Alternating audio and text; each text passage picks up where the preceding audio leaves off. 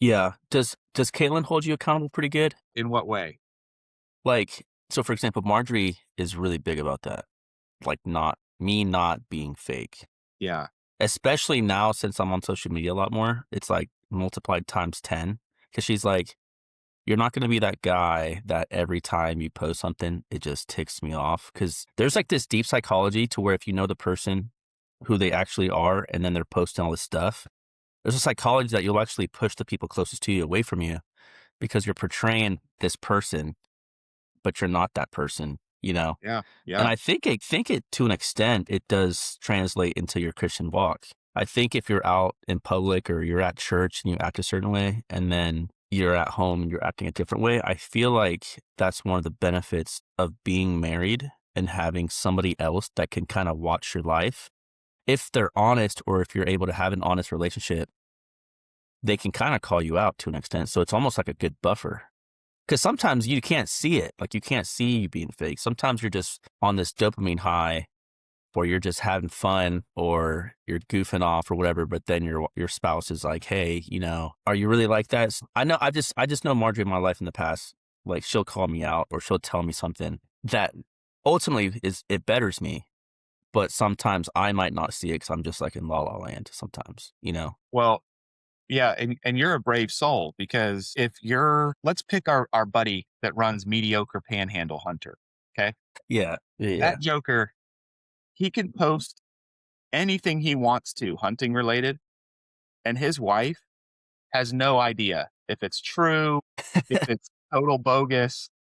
I mean, she knows like if he killed something or not because he's going to bring home horns.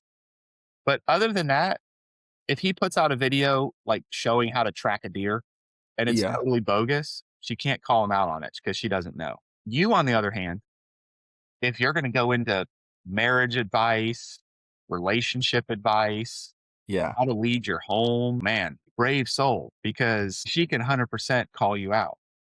I Hmm. also think that's why when you can find these pastors and preachers that have podcasts on the side, or really any influencer that stresses development, like better yourself, be better, be better, be better, whether it's physical, spiritual, relationship, whatever. If they do an episode with their wife, that right there tells you Tells you that everything. she maybe not agrees with everything, but she at least can have a conversation and they're on the same page. Hmm. I'm not saying that you and Marjorie need to have an episode together, but it's a good gut check of like, if I was having this conversation with her, would she just be like staring at me like I had seven heads? Or would she be like, no, I agree. I like when you do that. And now I wish we would do more of this, but you know what I'm saying?